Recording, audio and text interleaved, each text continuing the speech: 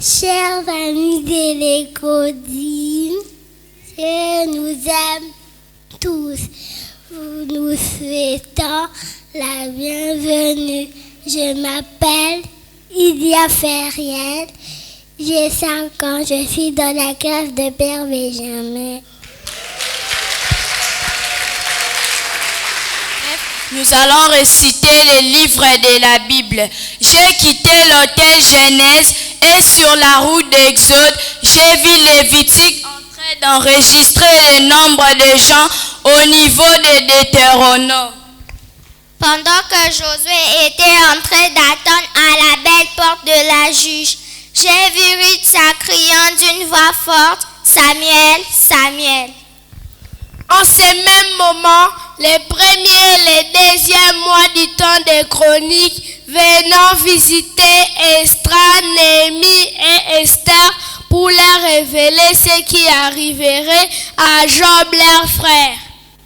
Ils ont néanmoins commencé à chanter les psaumes et à enseigner les proverbes aux enfants au sujet des gens d'excellence et à enseigner aussi aux enfants comment chanter les cantiques de Salomon. Et ceci a coïncidé pendant laquelle Ésaïe fut occupé auprès de Jérémie dans ses lamentations ensemble avec Ézéchiel et Daniel ses amis. En ces temps, Amos et Abdia étaient venus. 3 jours plus tard, Osée, Joël et Jonas ont voyagé dans les mêmes navires que Michée et Naoum vers Jérusalem. À la même époque, Abakou, Sophini, qui lui a présenté à Agé, un ami de Jassari, dont le cousin est Malachi. Tout de suite, après avoir observé la traduction, Matthieu, Marc, Luc, Jean, par leurs actes, ont impacté les Romains qui se comportaient comme les première et deuxième génération des Corinthiens parce que celles-ci étaient en désaccord avec Galates. En ces moments également, ils se sont rendus compte que les Éphésiens et les Philippiens étaient proches des Colossiens, ce qui les amena à suggérer la première visite aux Thessaloniciens. Je m'appelle Exaucé, je vais réciter Éphésiens chapitre 6, versets 10 à 12. Au reste, fortifiez-vous dans le Seigneur et par sa force toute puissante. Revêtez-vous de toutes les armes de Dieu, afin de pouvoir tenir ferme contre le ruse du diable, car nous n'avons pas à lutter contre la chair et le sang, mais contre les dominations, contre les autorités, contre le prince de ce monde des ténèbres, contre les esprits méchants dans le lieu céleste.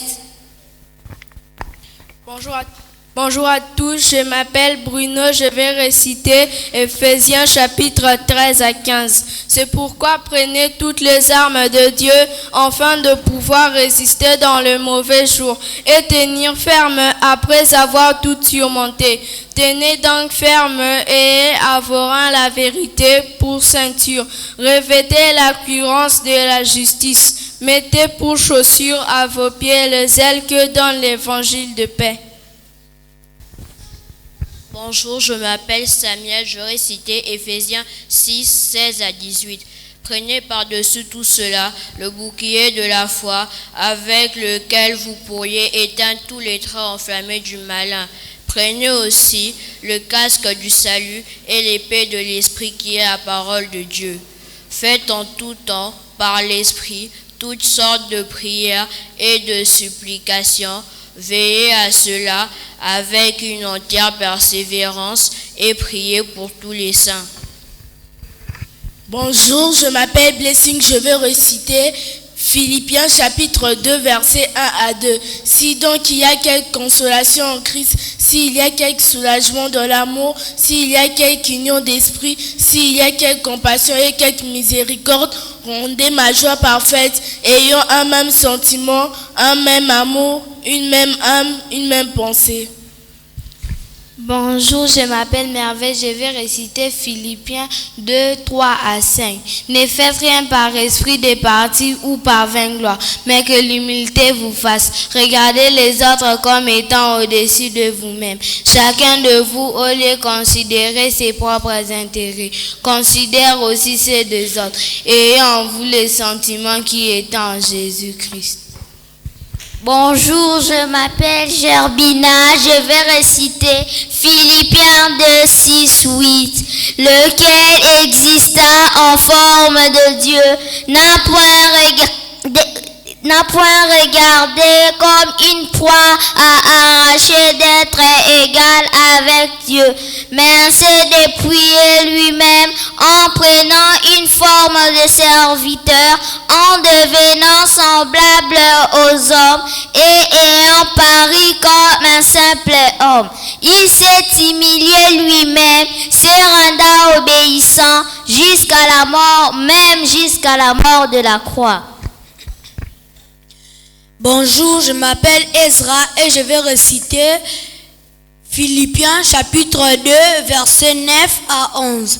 C'est pourquoi aussi Dieu l'a souverainement élevé et lui a donné le nom qui est au-dessus de tout nom, afin qu'au nom de Jésus, tout genou fléchisse dans les cieux, sur la terre et sous la terre, et que toute langue confesse que Jésus-Christ est Seigneur, à la gloire de Dieu le Père.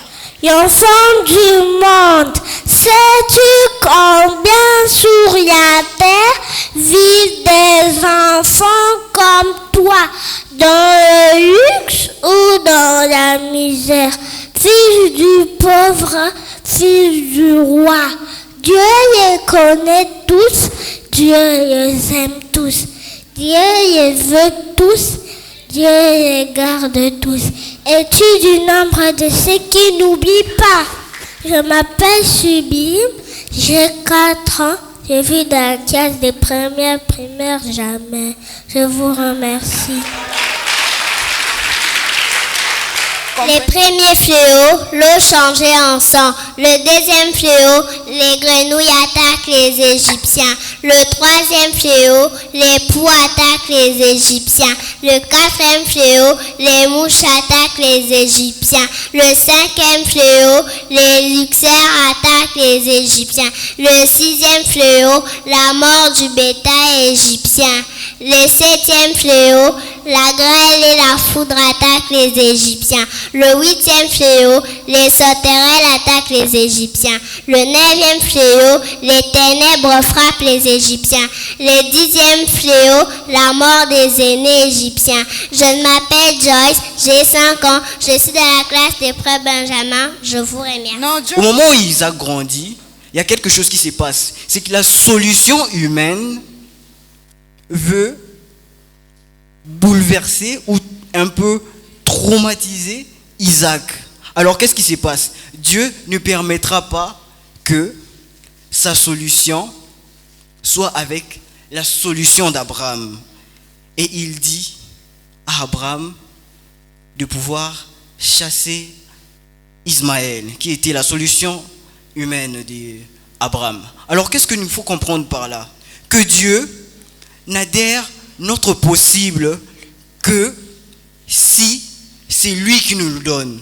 En fait, Dieu avait déjà mis un possible à la promesse d'Abraham, mais il a d'abord jeté un aspect humain à la promesse de Dieu. J'aimerais dire à quelqu'un que n'est pas jeter un aspect humain, et plutôt un aspect de logique dans ta situation, tant que Dieu t'a promis de bonnes choses. Le fait que tu choisisses de mettre ta solution, de trouver ton quelque chose avant d'attendre le quelque chose de Dieu, il n'y aura pas accord. Amen. Donc Dieu ne permettra pas que tu mettes ton possible et une impossibilité à Dieu. Dieu impose son possible dans notre vie ici. Dieu impose ce qu'il veut pour toi. Alors, on comprend ceci dans ce point, que Dieu veut adhérer. C'est que nous appelons impossible, il veut adhérer ça en tant que possible ici. Dieu veut adhérer son possible chez toi. Toi qui te disais qu'il y aura certainement quelque chose qui sera impossible à la fin de cette année, Dieu te dit ceci, ça sera possible. Dieu ne permettra pas que tu fasses du n'importe quoi comme tout le monde. Non, tant que tu es appelé, tu verras certainement des petites difficultés. Mais je vais te dire quelque chose. Dieu t'a promis une réussite. Dieu t'a promis une promotion. Dieu t'a promis une bourse. Alors je déclare sur quelqu'un aujourd'hui que toutes les choses vont changer. Je déclare sur quelqu'un aujourd'hui que ses enfants, si tu as autant prié pour lui, les choses vont changer. Je déclare sur quelqu'un aujourd'hui que sa vie va changer. Je déclare sur quelqu'un que Dieu va imposer son possible.